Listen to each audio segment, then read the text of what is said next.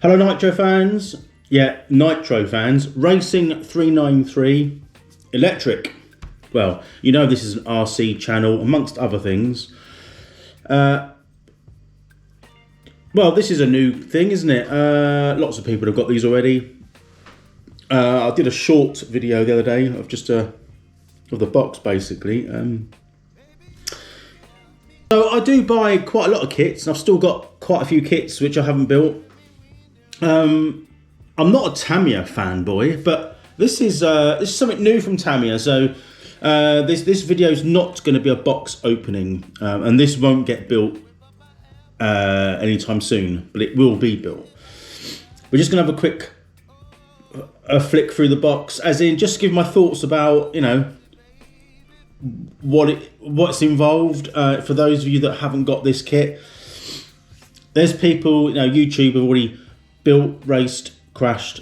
The usual thing on YouTube, people are out there doing it before you can get hold of it. So that's why I'm going to leave this until you've all forgotten about it, and then I'm going to build mine. Tamiya are very clever. This one, this kit, as you can see, is fantastic box art. I hope you can see that. I'll move it that way. Fantastic box art.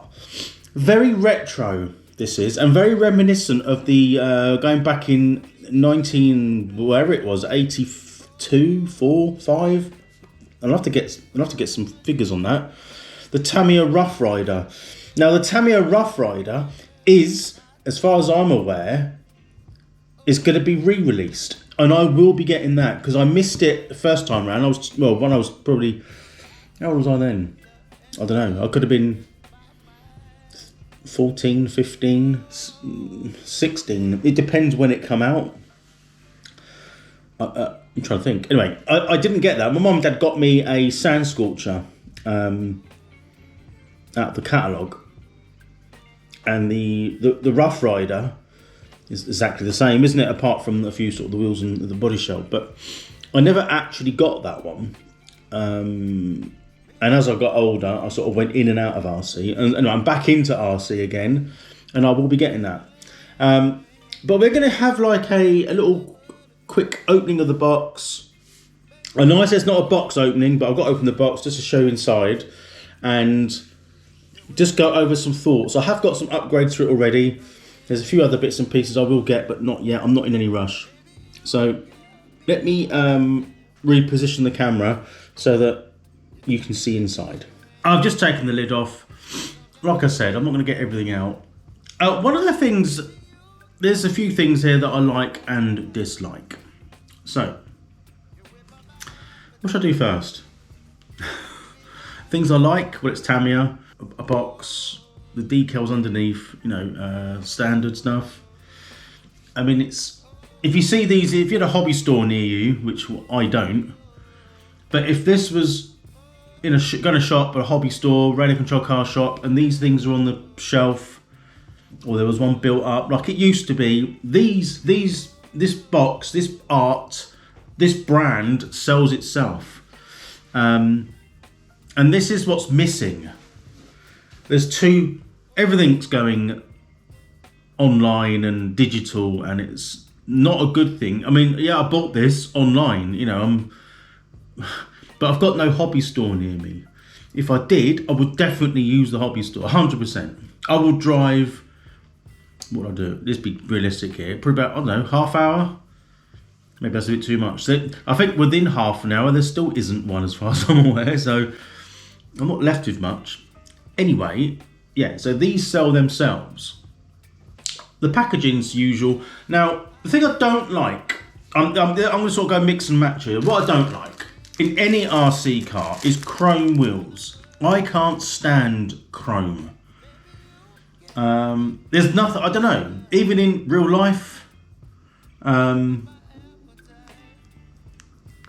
aluminium wheels, that's different, but chrome, can't be done with it. Even if I go down the route, we're going off topic here, do you remember the American cars, the old muscle cars, and some of those might have had what we call, I think, if I remember rightly, they're called like wolf race wheels.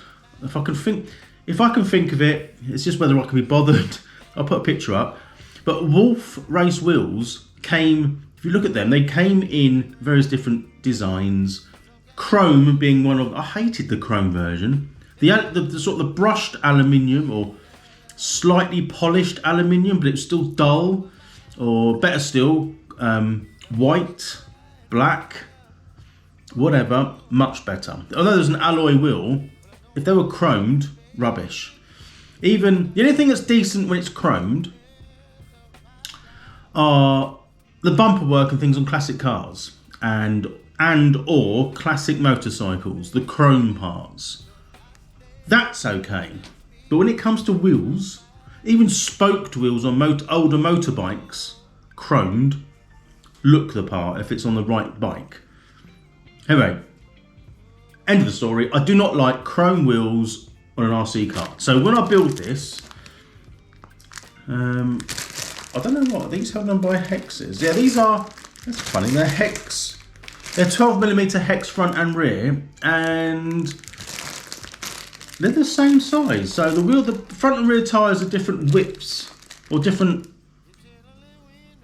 I'll say different widths. The front and rear tyres are the same size, the backs are slightly wider, but the wheels, if I've got this right, are the same. That's weird, didn't notice that. Anyway, that's going. Now I can get any 12 hex wheel, which I might do, because I think what I also might do is get rid of the chrome off this, and we'll paint these with a dye or something. So that's the first thing. Don't like them.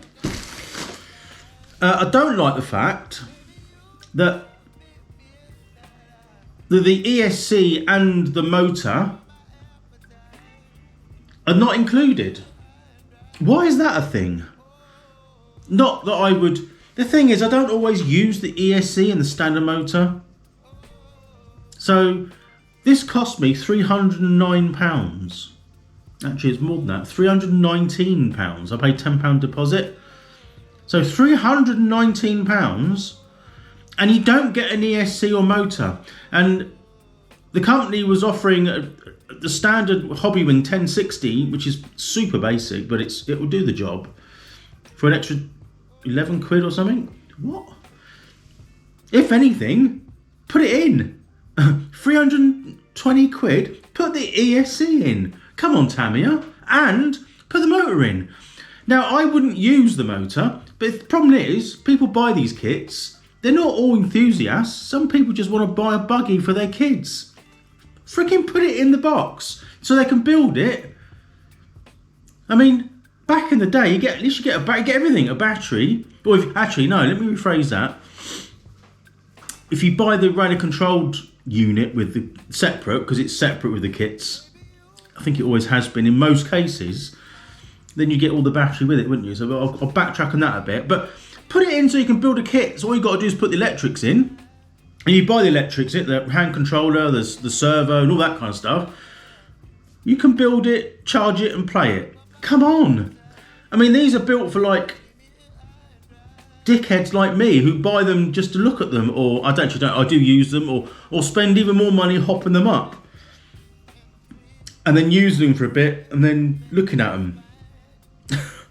But anyway, do you see what I mean? Tamiya, you haven't done the right thing, in my opinion. Right. And also, whilst we're on that subject, for silver can motor people, nothing wrong with them, the 540 silver cans. If isn't too much trouble, why don't Tamiya supply the silver can with a commemorative sticker on it that sort of goes with, I don't know, some of the BBX, or a little stripe, the yellow, orange, red, white, the colouring on the car itself, or a little decal that goes on the motor, then makes that motor, it'll probably make it a little more collectible. The thing is, those that want to buy this and play it and use it as it's supposed to wouldn't care less what was on the motor. But if you're an enthusiast, that's going to be quite a good selling point. So you might pay 319 quid, but you think, well, it's got a nice motor on it. And thing is, I probably still wouldn't use the silver can motor, because for me, they're not for what I need them for, they're not quick enough. And to be honest with you, maybe a 540 would be quick enough for what I use them for. I keep contradicting myself. I'm trying to sort of see both sides. I'm trying to get you to see both sides. Anyway, what am I trying to say? Nothing else. So they're just not including enough stuff for the money. 320 quid's a lot of money for something which is, we're going to upset a few people. It's a toy car basically, but it's what I like doing. I collect them. Anyway, another good thing is the plastics. I'm not going to get them out, but they're sort of the wishbones and the trailing arms. I mean, they definitely feel like a very durable, like ABS plastic. Nothing brittle. Although in the cold weather, anything will break, and if you drive it into something hard enough, anything will break.